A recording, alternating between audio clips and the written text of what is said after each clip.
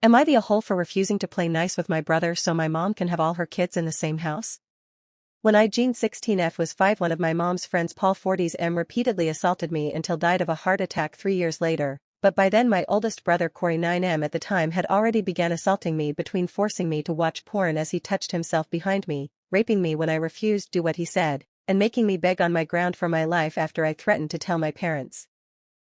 My parents did not believe me, saying I had a bad dream or imagined it. My mom was especially adamant that I was just lying for attention, and eventually I accepted this as normal. For years this continued until my parents' divorce, when I started having to talk to social workers about my father's abuse towards me and my siblings. It was during this that Corey spoke out about our bio dad touching him inappropriately. With that I thought it would be okay to talk about what Paul did to me, to which my mother immediately shut down, and CPS couldn't do much because he had already died years prior. After the divorce my mom was granted full custody of me and my 3 brothers with no visitation from my bio dad, only a reunification order to take place if it was deemed ready by a psychologist. The sexual abuse from Corey stopped when he got another girlfriend in high school, though beforehand he would take his breakups out on me. Even though he stopped actively sexually abusing me, he still beat me often, and I always got in trouble for provoking him or telling other people. Only when I turned 15 and Corey left for college that I truly understood the damage he had done to me and what my mom had done by enabling it or passing it off as siblings fighting.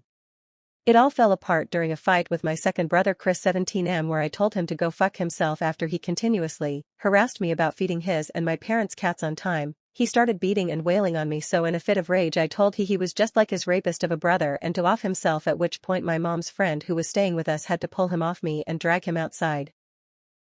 Instead of dealing with the situation or finally listening to me, my mom chose to act like I was the cause for everything wrong in her life. It wasn't until 3 days later when my stepdad, the only one who ever defended me from Corey's abuse, called for a family meeting where they asked for both sides of the story, and when it got to the part where I called Corey a rapist, my mom immediately went into a rage about how could I call my brother that after all he had done for me, and I responded with telling her that was because he is, to which Chris stormed out, but I was done pretending, and without getting into detail, I told my mom and stepdad what he had done. Instead of doing something about it, my mom proceeded to guilt trip me over how it's not his fault, it was because of what bio dad did to him, so on and so forth, before making promises not to tell anyone and to eventually make up after some counseling. But I'm not actually allowed to tell my therapist because he's a mandatory reporter. I'm not allowed to talk to my friends about it because, in the words of my mother, they'll twist it into something different. I don't trust your friends, or they just want to make drama out of nothing. I'm also not allowed to talk about it at home because it will upset my brothers. Now it's been several months since then, and Corey still comes back for every holiday break, and I'm expected to act like nothing's wrong to keep the peace, and whenever I get upset, scared, have a panic attack, or even moody, I get in trouble. But when I stay in my room to avoid Corey altogether, I have to deal with constant guilt trips about how they miss seeing me or I'm overreacting because nothing's going to happen to me. Now it's summer break and I don't know how much longer I can take it. I've been trying to stay at my aunt's house when my panic attacks get really bad, but that only helps while I'm there. But if I'm there for more than a few days, then it's back to the guilt tripping. I feel like I'm suffocating with no way out. I've contemplated hurting myself after being clean for almost 2 years. Most recently I've started imagining him or myself dying. My body never felt like mine, and I wish it would cease to exist along with me. So am I the a-hole? My third brother Zeke 7M doesn't know about anything.